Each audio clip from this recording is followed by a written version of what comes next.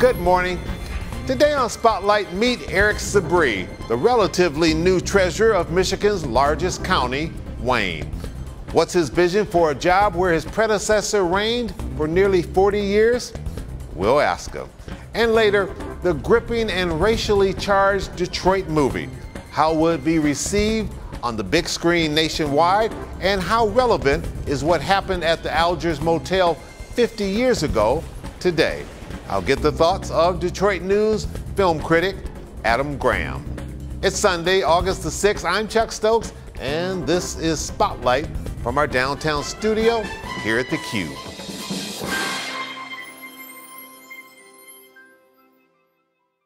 Luckily, you didn't have to walk too far. No, I like this downtown studio you have here. It's real nice. Well, we appreciate it, and we enjoy it as well. Yeah.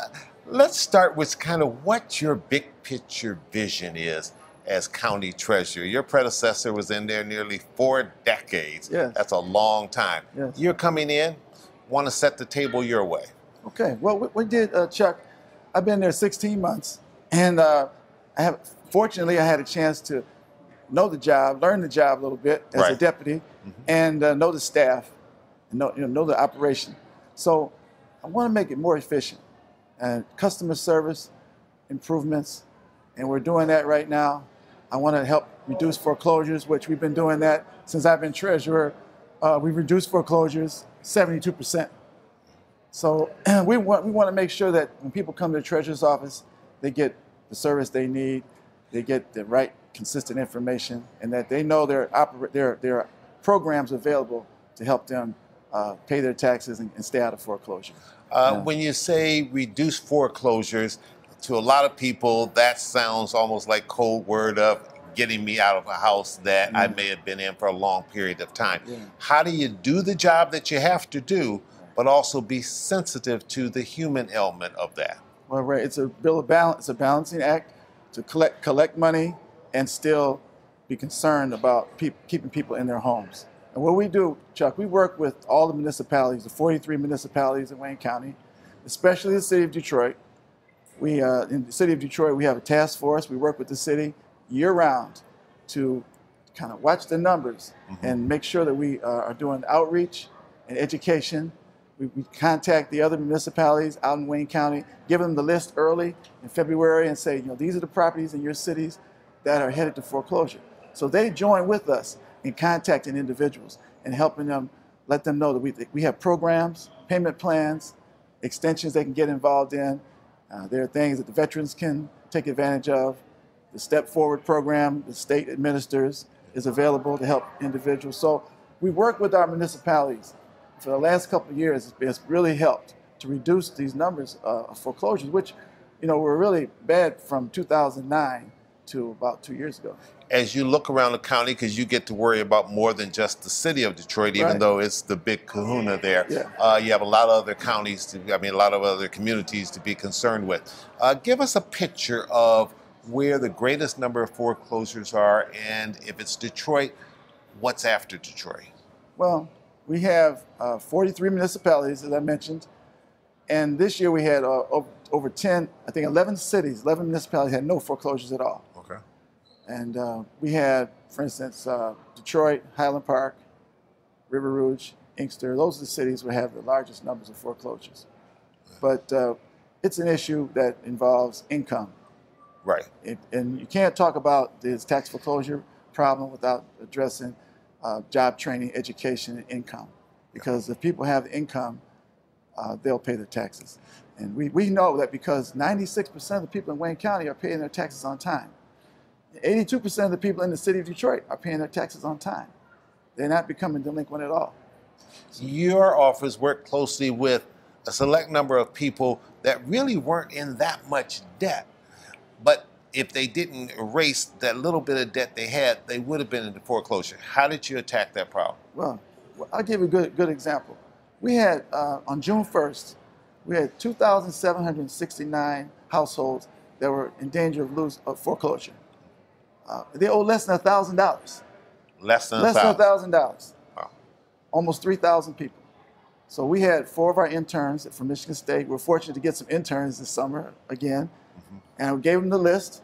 I said, call the people. text them, email them, write them a letter, whatever you have to do. Let them know that they're about to lose their property for a few $100s. So they did this. By June 23rd, we had the number down to 141. 141 from 2769. People either came in and paid or they got into a payment plan. And between the 23rd of June and the 27th, another 35 came in. So we were down to 106 households. After telling a few business owners and private people about it, just friends of mine, they raised the money. They said, we can help. They raised $68,000, almost $70,000 in about 5 days, and paid the taxes for these 106 households to get them out of foreclosure. The only thing we required of them was that they come in and sign up for a payment plan for 2015 and 16 so that they don't have to experience this again next year. So it's really about communication, reaching out and making sure that people understand that they don't have to be afraid. They don't have to be afraid. Come and see us. All right, we need to take a little break. We'll hurry right back and we'll talk about sort of the flip side of that because, as you said, most people are paying their taxes. That's right. We'll be right back with the county treasurer. We hope you stay with us.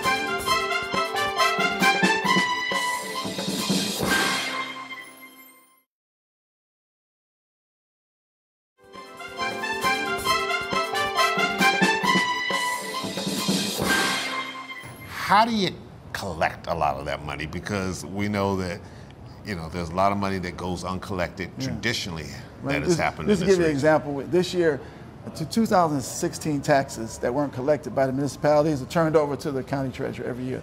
They're uncollected. It's $168 million. So this $168 million is money that wasn't collected during the current tax year. But that's improving every year. And the last 3 years, we're getting more and more current tax collections so that less and less is turned over. But we have to be aggressive on collecting. We found out that if individuals fall more than 3 or 4 months behind, it's very hard, it's almost impossible for them to catch up. So our goal next year is to make sure that we don't let people fall behind. Call them constantly. We found the phone calls work, Chuck. Right. The interns proved to us that we want to text and email so much today. Right. But sometimes it's good to pick up the phone and call someone and say, you know what, you're behind. Don't fall behind. Come in and pay your payment agreement amount and keep your property. So we see all the development going on, particularly in downtown, Midtown, starting to get into the neighborhoods now as it relates to Detroit. Yeah. But there's also development all around Wayne County. If the county executive were in here, he'd say it's everywhere, not just in the city of Detroit. For a lot of people, that means taxes are going up. Are taxes too high? I've been seeing a few different articles. Some say it is, some say it isn't. About the assessments, you mean the tax assessments too high? I don't know anyone that would say that taxes are too low. First of all, I've never said it. I've never said it. Yeah. I'll never say my taxes are too low. But by comparison, this region, for the size we are, for the number of people that we have, are we typical of other cities our size, or are we way under or way over? I think at this point we're probably typical. If you asked me that question 5 years ago, I would probably say we're much higher than that. But it depends. The region is getting better. The entire region, Southeast Michigan, Wayne County, of course, is part of that. And the county is pretty healthy. Like I said, 72% reduction in tax foreclosures over 2 years is monumental. So we're returning to a normal situation where people can pay their taxes currently and they're not falling behind. I think that the county, like we look at Amazon is out, build that 1 million square foot warehouse in Livonia. Yes. They want to build another one in Romulus. So that's the county's getting the benefit of that. And those are the type of big box things that you need to come in and be able to help make that, support that tax base. Providing jobs too. Right. Yeah. You mentioned earlier in the first segment that you're trying to do some reorganization, trying to streamline things. Yes. You've brought Plant Moran in to take a look at what you're doing. What do you hope to accomplish with that? Okay, we want to look at our operations, our policies and procedures. See, this audit is a little different than the financial audits. We get financial audits every year anyway. And that's a separate audit, looking at the money, making sure that all the money is accounted for. Because we take all the county's money. The treasurer's office accounts for all the money in the county. We invest the money. We issue vendor checks, jury duty checks. We collect money from your phone bill to pay the 911 operators. Okay. So we do a lot of things. We have financial audits already, but we wanted an audit to go and look at our policies and procedures. Make sure that all of our job descriptions match the jobs that people have. Make sure that if we have procedures, we're following them. If they're outdated, they need to be amended or gotten rid of. So that's what we're looking at, to try to make sure our operation is compliant with all the statutes and ordinances that we're supposed to comply with. For people who know their history, or just old timers like myself who've been around for a little while, they may not know the relationship between you and Daisy Elliott, the political tie there, who was, by I think most people who paid close attention to her career, a real fighter all across this state and all across this country in many respects when she was in the Michigan legislature. What did you learn from that legacy that helps you in your job today? That's a great question. Daisy was my wife's grandmother, and she was a mother-in-law to me because my wife lost her mother early. So she was my mother-in-law, basically. And Daisy, I learned a lot from Daisy. She was a fighter, as you said, and the author and co-sponsor of the Elliott Larson Civil Rights Act. Right. And one of the things Daisy told me is that she said, you have to work with people, even in the other party. People you don't agree with, people who don't see things the way you see them, you have to work with them anyway, because sometimes they can help you get things done. Too much partisanship these days? Too much partisanship, yes. And she used to get a lot of criticism for working with Republicans. She said, if it doesn't hurt Detroit, I don't mind helping them. So she always said, you don't just follow that line where you don't work with people. Make sure that you're working for the betterment of the people you represent. If you could send a quick message to the legislators in Lansing about things they can do to make your job easier, what would it be? Well, one thing I want to mention, the legislature did help us out with the reducing the interest rate for delinquent taxes. Okay. They helped us out, and we really appreciate that. I would just say that we may be coming back again to make it a permanent thing. We don't know, but they extended it to 2019. To allow owner-occupants to pay 6% per year instead of the 18%. So far, they've been working with you. They've been working with us very well. We appreciate it. All right. Eric Sabri, thanks so much for coming in. Thank you, appreciate it. Best of luck with everything. We'll get you back. Thank you. All right. And coming up, we'll talk to the movie critic for the Detroit News about this new blockbuster movie, Detroit. We'll be right back.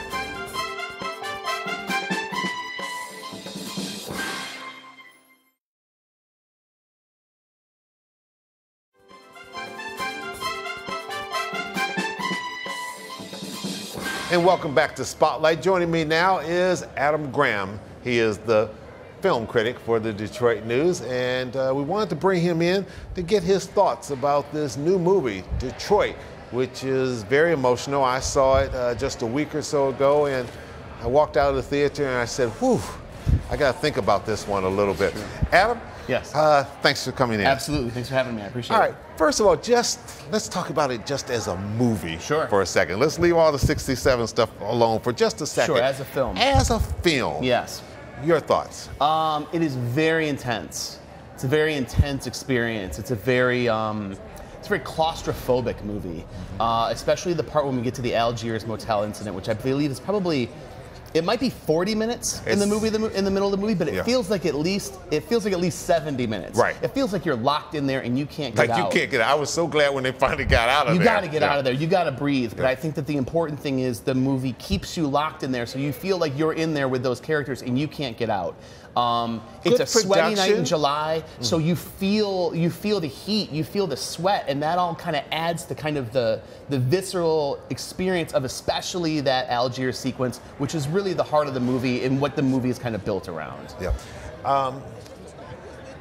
Did you feel as though it was good acting? Yes. When Oscar time comes, is it going to be in the running there, or is it just one of those ones, it got a lot of attention, but it's not going to be considered great cinematography? I think that there's a lot to be determined, right? Because we're in August, we have to deal with whole award season, et cetera. I think if anybody stands out and will be remembered come Oscar time, it'll be Algie Smith, who plays the Cleveland Larry Davis. Is Cleveland Larry Davis? He plays that character. He's a young kid from Saginaw. He was in the New Edition movie that was on BET. He really stands out. He's kind of the heart of the film in terms of characters. The other character that really stands out is Will Poulter, who plays the lead cop and has been in some other stuff. He was in some comedies. This is a totally breakout role for him. We haven't seen him do this kind of thing. I think those two actors are possibly going to be in the running. I don't know if Detroit will end up in the Best Picture conversation. Again, it depends, a lot to be seen. I think that the movie is getting well received, but it's not getting glowing reviews. People aren't saying it's the best film of the year, but everyone's saying that it's a film that people need to go out and see and kind of experience and feel for themselves. Catherine Bigelow, the director, one of my favorite directors. Yeah, and she certainly has done some stuff that has gotten lots of good reviews and a lot of attention before. She's an important filmmaker, and for her to be the one behind this really lends the film an extra level of credibility it might have. Having Catherine Bigelow at the helm is a positive for this film. Some say the fact that she was the director may make audiences that normally would not have paid much attention to this movie come into the movie. I agree. People who are not African American and women. I agree, and I think that when you saw the opening weekend box office, the film opens in small markets last weekend, females made up 53% of the audience, so that's an uptick there. But having her, an Oscar winner, and a director who brings a lot of might to the table, I think really lends the film a lot of credibility. You know going in that you're dealing with something that's important and handled well, not something that you might go, oh, what is that? Her involvement immediately raises it a level and makes it automatically puts it in that conversation for award season like we were talking about. Okay, we're going to take a little break. When we come back out of the break, I want to talk about that movie's relevance to Detroit and where we are today. For sure. And if it's important or if it's not important. Okay. We'll be right back with Adam Graham. Stay with us.